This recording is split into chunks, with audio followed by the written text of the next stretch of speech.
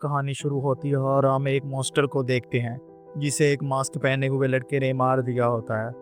पीछे खड़ी हुई लड़की बहुत खुश हो रही होती है और इसी के साथ मौसम भी साफ होने लग जाता है।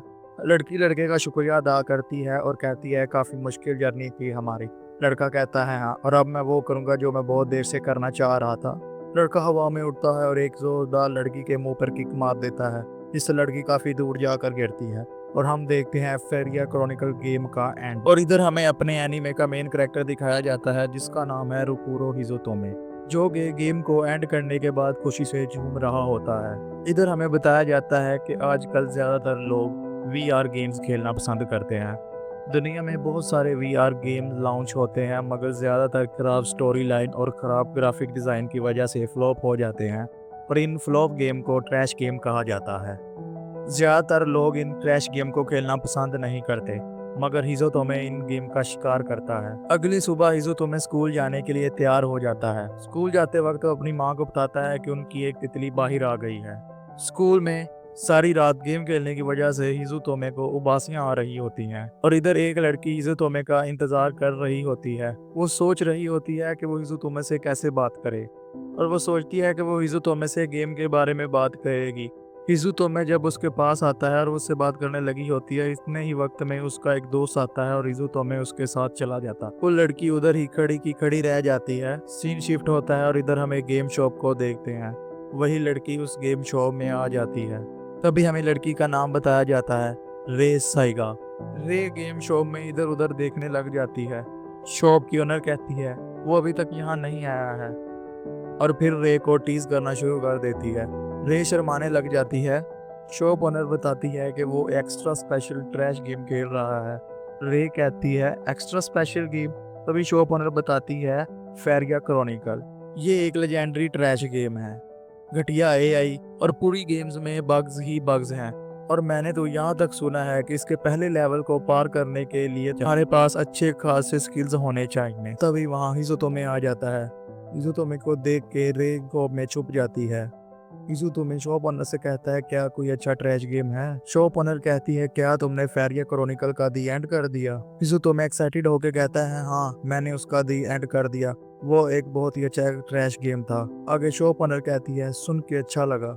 रे उन दोनों की बातें छुप कर सुन रही होती है। हिज़ुतोमी कहता है सबसे घटिया वो फीमेल लीड थी, उसने मेरा दिमाग खराब कर दिया था। सारी प्रॉब्लम्स उसी की वजह से होती थी, और वो कोई ना कोई बहाना निकाल लेती थी फाइनल बॉस को ब्लेम करने का, और जरा सा अगर कुछ कह दूं तो वो नाराज हो जाती थी और साथ चलने के लिए मना कर देती थी, और सिर्फ उसका मूड सही करने के लिए मुझे कई घंटे लग जाते थे। उसके बारे में सोचता भी हूँ तो मेरा दिमाग खराब हो जाता है। और फिर हिज़ुतोमे कहता है कि मैंने उस फीमेल लेड को इतना धोया कि मेरे मन को शांति मिल गई। अब ऐसे कमाल के ट्रैश गेम खेलने के बाद अब मुझे पता नहीं कौन सा गेम खेलना चाहिए। माना कहती है अगर ऐसी बात है तो क्यों ना तुम एक ट्रैश गेम की बजाय एक अच्छी गेम खेल कर देखो। फिर हिज़ोतोमे कहता है अच्छी गेम। फिर शॉप ओनर उसको शंगरीला फ्रंटियर के बारे में बताती है कि ये काफी अच्छी गेम है, इसको 3 करोड़ से भी ज्यादा लोग खेल रहे हैं। आगे हिज़ोतोमे कहता है ट्रैश गेम का ऑपोजिट, एक रियल गोड टियर गेम। अगले सीन में हिज़ोतोमे अपने कमरे में बैठा होता है और अपने टैबलेट पे शंगरीला फ्रंटियर के बारे में पढ़ होता है, और उससे पता लगता है कि ये गेम 1 साल पहले रिलीज हुई थी। फिर वो यूएसबी इंसर्ट करता है और अपने वीआर पहन लेता है और कहता है पता नहीं कितना टाइम हो गया है एक ट्रैश गेम की बजाय अच्छा गेम खेले हुए। और फिर वो लॉगिन करने लग जाता है, और फिर गेम में इतने सारे ऑप्शन देखकर वो खुश हो जाता है। और फिर वो एक प्लेयर क्रिएट करता है, द ब्लेड वाला वॉन्डर, सर पर बर्ड मास्क और चड्डी पहने हुए, क्योंकि वो आर्मर, ग्लव्स और शूज बेचकर गेम मनी इकट्ठा करता है जिससे बाद में वो एक स्ट्रॉन्ग वेपन खरीद सके। और वॉन्डर वो इसलिए सिलेक्ट करता है क्योंकि वॉन्डर का लक बहुत अच्छा होता है। प्लेयर का नाम वो सनराकू रख देता है और गेम खेलना शुरू कर देता है। आगे एक प्रो लोग आता है जिसको वो स्किप करके सीधा गेम में चला जाता है। सुनराकू को गेम्स के कंट्रोल बहुत अच्छे लगते हैं क्योंकि वो एक रियल लाइफ जैसे लग रहे होते हैं। आगे सुनराकू एक दरख्त पर चढ़ जाता है और एसएलएफ के वर्ल्ड को देखता है और देखता ही रह जाता है। शिनराकू मैप खोलता है और कहता है आमतौर पर तो ऐसी गेमों में ट्यूटोरियल मिलता है। नरेटर हमें बताते हैं कि शिनराकू को नहीं पता कि जिन लोगों ने वंडर चूज किया होता है उनको बिगनर एरिया में किसी भी रैंडम पॉइंट से गेम शुरू करनी होती है। शिनराकू मैप में एक फॉरेस्ट देखता है और अपने करीब एक टाउन देखता है जिसका नाम होता है फस्टिया। उस टाउन को शिनराकू जहाँ खड़ा होता है वहीं से देख लेता है और डिसाइड करता है उस टाउन जाने की। फिर दरख्त से एक परफेक्ट लैंडिंग करता है और बहुत खुश होता है क्योंकि उसे एसएलएफ खेलने में बहुत मज़ा आ रहा होता है। और आगे बढ़ते बढ़ते अपना एचपी, स्टेमिना और बाकी स्टैट्स चेक करता है और कहता है मेरा डिफेंस काफ़ी कम है क्योंकि मैं आधा नंगा हूँ, पर मेरा लक काफ़ी हाई है। देखते हैं ये स्टैट्स मुझे कहाँ तक ले जाते हैं। तभी अचानक शिनराकू पर एक गोबलिन अटैक कर देता है और शिनराकू उसे डॉज कर लेता है और शिनराकू हैरान हो जाता है और कहता है गेम शुरू होते ही अटैक हो गया।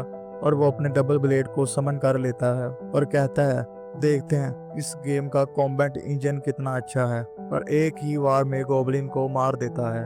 तभी शिनराकू का लेवल अप हो जाता है। शिनराकू गोबलिन की खाड़ी उठाकर उसके स्टैट चेक करने लग जाता है। कहता है इसकी ड्यूरेबिलिटी तो आगे ही आधी हो चुकी है, शायद ये ज़्यादा देर नहीं चलेगा।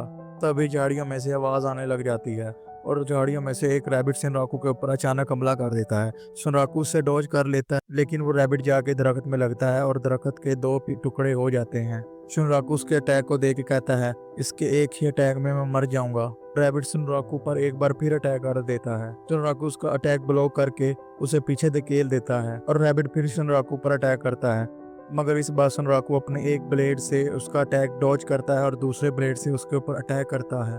इससे रैबिट वहीं मर जाता है और उसे मारने के बाद शिनराकू का लेवल 2 से सीधा 4 हो जाता है और इधर उधर रैबिट का ब्लेड ढूंढने लग जाता है और कहता है मुझे वो रैबिट का ब्लेड चाहिए था, मुझे यकीन है वो काफ़ी पावरफुल होगा। और तभी शिनराकू को एक नई अचीवमेंट मिलती है जिसका नाम फ्लैश काउंटर होता है।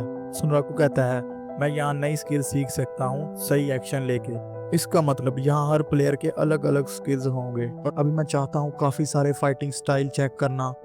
और तभी कहता है एक मिनट, क्या मैंने अभी तक ये गेम किसी भी बग को फेस किए बगैर खेली है? फिर याद करता है कैसे कैसे बग्स वो ट्रैश गेम में फेस करता था। कहता है ये सही में एक गॉड टियर गेम है, मैंने कभी नहीं सोचा था मैं एक बग फ्री गेम खेल पाऊंगा। इन सही में मैं इसे बहुत इंजॉय कर रहा हूँ और अब मैं उस रैबिट मॉन्स्टर का ब्लेड हासिल किए बगैर नहीं रहूंगा। और फिर उसके सामने एक बियर आ जाता है जिसको एक ही बार में वो मार देता है और नए स्किल सीखता है और अपना लेवल अप कर लेता है और फिर अपने स्टैट पॉइंट से अपना स्टेमिना बढ़ाता है और लक बहुत ज्यादा बढ़ा देता है और कहता है काश रैबिट ज्यादा दिखते, लगता है वो काफी रेयर मॉन्स्टर है, मुझे उसके 2 चाकू हासिल करने में काफी ज्यादा टाइम लग गया, मुझे लगता है मैंने लगभग 50 रैबिट मार दिए होंगे उन ब्लेड्स के लिए। और गेम खेलते खेलते शिनराकू को 2.5 घंटे होने वाले थे और वो कहता है ये तो मेरे अपने ब्लेड से भी ज़्यादा अच्छे हैं, इसलिए मैं इनकी अच्छे से केयर करूंगा।